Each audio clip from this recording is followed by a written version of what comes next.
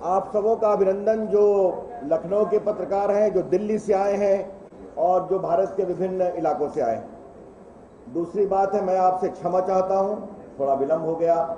अध्यक्ष जी का भाषण अभी समाप्त हो ही रहा है, इसलिए थोड़ा कार्यक्रम विलंब से शुरू हुआ, इसलिए मुझे आने में विलंब हुआ, लेकिन मैं आपसे क्षमा चाहता हूं। मैं नितिन गडकरी जी, राष्ट्रीय अध्यक्ष भाजपा के भाषण के प्रमुख बिंदुओं को आपके सामने रखूंगा और इसके बाद इस प्रेस की समाप्ति के बाद उनका जो भाषण का रिटन टेक्स्ट है वो भी हम आपके सामने रखेंगे और आपके जो प्रश्नोत्तर होंगे उसको मैं अपनी क्षमता के अनुसार उत्तर देने की कोशिश करूंगा। मित्रों, सबसे पहले राष्ट्रीय अध्यक्ष जी ने सबों का अभिनंदन करते हुए बहुत भावुकता के साथ लखनऊ और अटल बिहारी वाजपेयी जी के संबंधों की चर्चा की। उन्होंने बताया कि मैं कल लखनऊ आने से पूर्व अटल जी से मिलने गया था, उनका हमने आशीर्वाद लिया था। आप जानते हैं अटल जी अस्वस्थ हैं, वो 5 बार यहां से एमपी रह चुके हैं। भारत के जब वो प्रधानमंत्री थे तो यहीं से वो एमपी थे और पार्टी 8 जून को एक बहुत बड़ा कार्यक्रम कर रही है कि अटल जी समग्र दर्शन,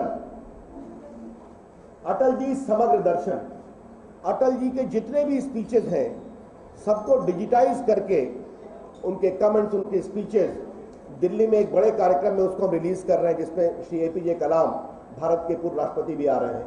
वो कार्यक्रम 8 जून को बड़ा कार्यक्रम है।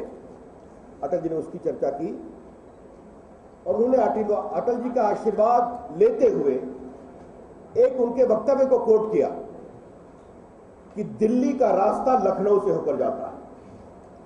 The passage to Delhi goes via Lucknow.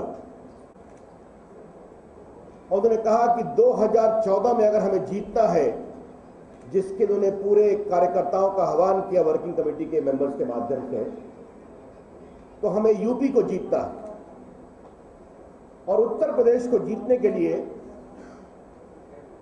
हम पहले यहां राज्य कर चुके हैं, हमें लगभग पूर्ण बहुमत मिला है। एक समय हमारे 58 MP जीतते थे उत्तर प्रदेश से।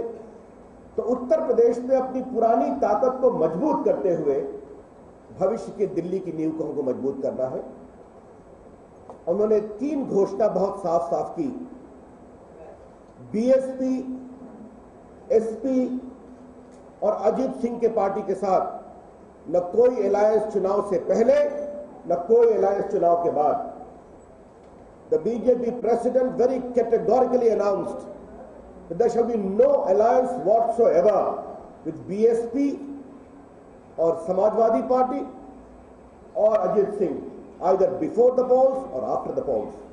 ये उन्होंने बहुत साफ घोषणा की और उन्होंने ये बताया कि विशेष रूप से जो मायावती जी की पार्टी है और जो मुलायम सिंह जी की पार्टी है, उनके शब्द थे, दिल्ली में दोस्ती, लखनऊ में नूरा कुश्ती।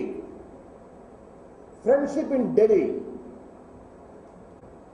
ए फसाद ऑफ हॉस्टिलिटी इन दिल्ली, इन लखनऊ।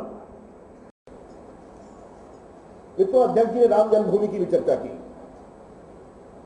उन्होंने कहा कि हाईकोर्ट का निर्णय आया है, मामला सुप्रीम कोर्ट में है, लेकिन हाईकोर्ट ने सारे बिंदुओं पर विस्तार से विचार करने के बाद यह निर्णय दिया कि जहां प्रभु राम लल्ला बैठे हुए हैं वही वो स्थान है जो हिंदू मानते हैं कि जहां राम का जन्म हुआ। जब उन्होंने ये बताया कि ये निर्णय हो गया, तो भाजपा की भी ये अपेक्षा है, देश की विरासत की भी अपेक्षा है कि वहां एक भव्य राम मंदिर बनना चाहिए और उन्होंने उस संकल्प को दोहराया। राष्ट्रीय अध्यक्ष ने यह भी कहा, it is not a political issue, इसको एक राजनीतिक मुद्दा नहीं मानना चाहिए। उन्होंने यह भी अपील की कि इस भव्य राम मंदिर के निर्माण में सभी दलों, सभी पंथों, सभी संप्रदायों के सहयोग के आह्वान की मैं अपील करता हूं, ताकि प्रभु राम की मर्यादा और इस देश की विरासत और संस्कृति के संस्कारों के अनुरूप एक अच्छा भव्य मंदिर बने। ये उन्होंने अपील किया। मित्रों, अध्यक्ष जी ने भ्रष्टाचार मुक्त, भय मुक्त भारत के निर्माण की बात की। an India free from corruption and free from hunger. Manmohan Singh ji 7 साल से प्रधानमंत्री अब हैं, 2 साल यूपीए का पूरा हो गया। वो एक इकोनॉमिस्ट प्राइम मिनिस्टर है और अगर उनके परफॉर्मेंस रेटिंग को देखा जाए तो शायद 25% मार्क भी देना कठिन होगा देश के प्रधानमंत्री के रूप में। और अध्यक्ष जी ने एक सवाल उठाया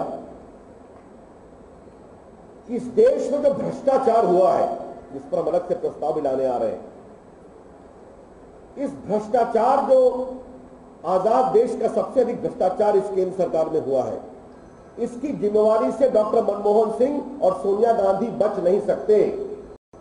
doctor Manmohan Singh and madam Sonia Gandhi cannot run away from their own responsibility as far as the mess of series of corruptions are concerned in India. उन्होंने एक सवाल उठाया, अगर मणिशंकर अय्यर ने और सुनील दत्त, स्वर्गीय सुनील दत्त जो स्पोर्ट्स मिनिस्टर थे, इन दोनों ने सुरेश कलमाडी को कॉमनवेल्थ ऑर्गेनाइजिंग कमेटी के चेयरमैन बनाने का विरोध किया था, तो उसको किसने बनाया?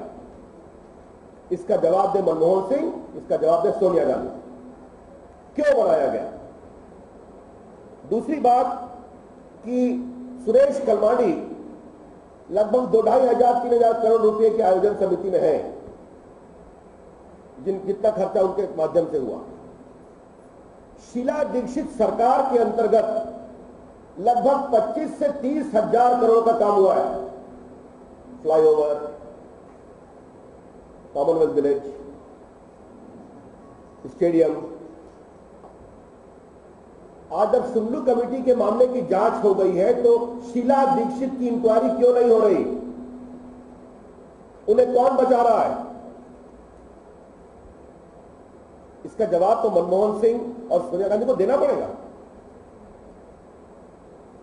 अध्यक्ष जी ने एक शेर की एक पंक्ति पढ़ी, तू इधर उधर की बातें न कर, सीधा बता ये कारवां क्यों लुटा। तो इसकी ultimate responsibility is prime minister of India and also as the leader of the UPA madam Sonia Gandhi. अध्यक्ष जी ने कहा कि इस विषय में हम प्रामाणिकता से काम करेंगे, देश भर में माहौल बनाएंगे यूपीए सरकार के खिलाफ। अध्यक्ष जी ने एक और बात कही कि देश के 36% भाग पर बीजेपी राज करती है।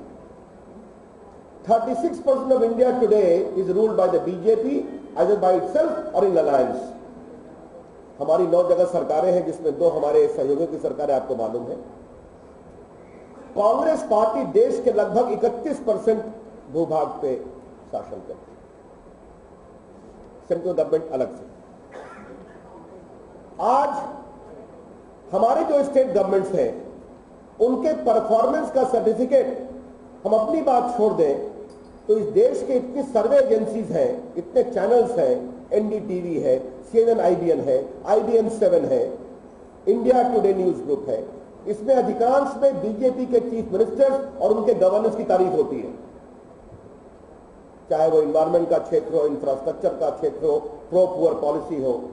कितने में कांग्रेस के मुख्यमंत्री का होता है, ये सवाल उन्होंने उठाया।